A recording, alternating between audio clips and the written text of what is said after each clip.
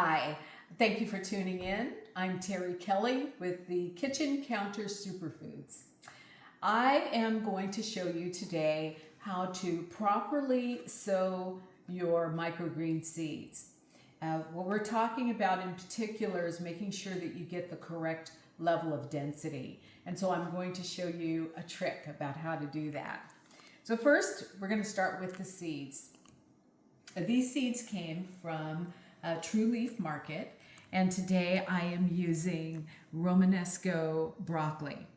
And so I took the contents of these seeds and I've divided them in half. And so what we're going to do here is use what I call the 50-50 rule, which means that we will do half of the tray first, and then we'll do the second half secondly, okay? So because I've already divided these in half, we're going to take our seeds and we're going to sow them.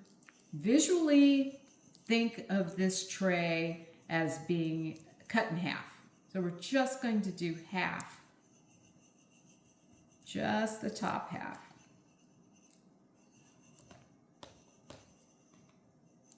Now notice that I don't have everything overlapping. You don't see seeds overlapping too much. And that's the whole goal. You want even distribution, but you don't want overlap. Just use a very light touch until you get a nice even seeding. Just think of it as a birthday cake with little sprinkles on it. And not having an overlap helps to prevent mold. So now we're going to do the second half. And you start from the bottom up. One thing that I see a lot of beginners do incorrectly is they tend to dump a whole bunch of seeds in the same spot, typically in the center. And that is a perfect setup for mold. Okay, and notice that I'm not overlapping too much. Get a nice even seeding here.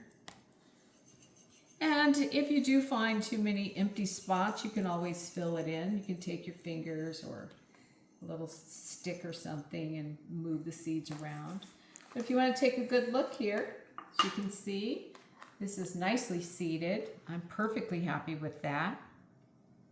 And so the next step is you take your water bottle and you moisten them. First, make sure you've got the sprayer on. Moisten them until your soil turns nice and dark. Don't overwater it. That is another way of helping mold come on board, and we don't want that. So this is pretty good.